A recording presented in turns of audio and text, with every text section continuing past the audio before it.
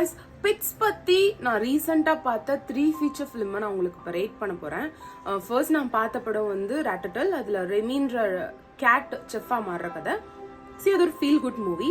ரெண்டாவது வந்து 101 டால்மேஷன்ஸ். இதுவுமே ஒரு சூப்பர் ஃபீல் குட் மூவி.